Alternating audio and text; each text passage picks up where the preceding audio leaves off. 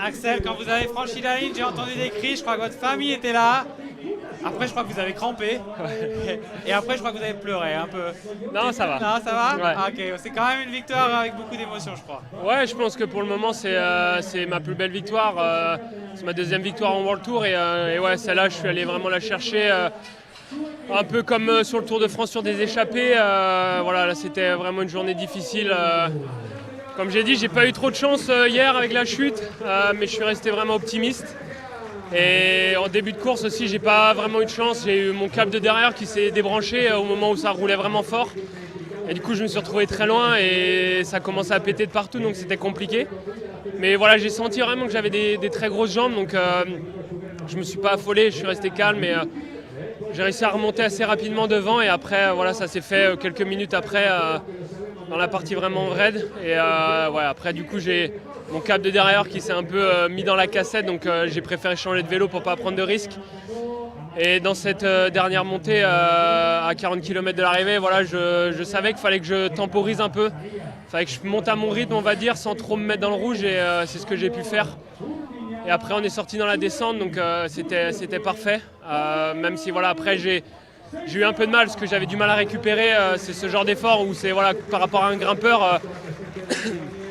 Pour moi, c'est un peu dur, mais voilà, après, j'ai vu qu'on a grappillé du temps sur le groupe derrière, donc ça m'a mis en confiance aussi. Ouais.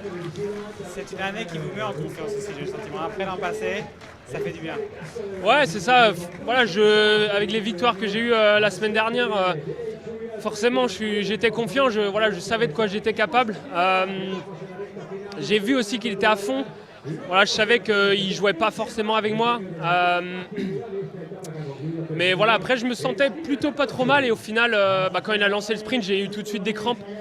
Donc voilà, j'ai eu un petit moment de peur, mais voilà, il ne pouvait pas aller plus fort voilà, par rapport à son démarrage. Après, il a vraiment stagné. Et j'ai pu me rasseoir un petit peu au 200. Donc voilà, après, c'était vraiment dans la tête. Et ouais, quand j'ai vu la ligne d'arrivée, j'ai dit non, je peux pas faire deuxième maintenant.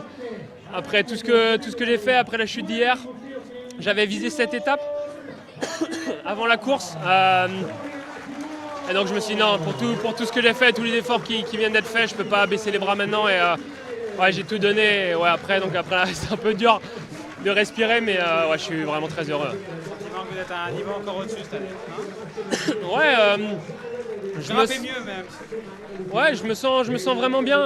Je progresse d'année en année. Et, aussi, voilà, je deviens meilleur sur des plus longs efforts. Voilà, avant, j'avais un peu de mal, on va dire, à part faire un sprint. Je pouvais pas faire grand-chose d'autre. Là, maintenant, j'arrive quand même à être dans l'échappée, à pouvoir voilà, prendre des relais, etc.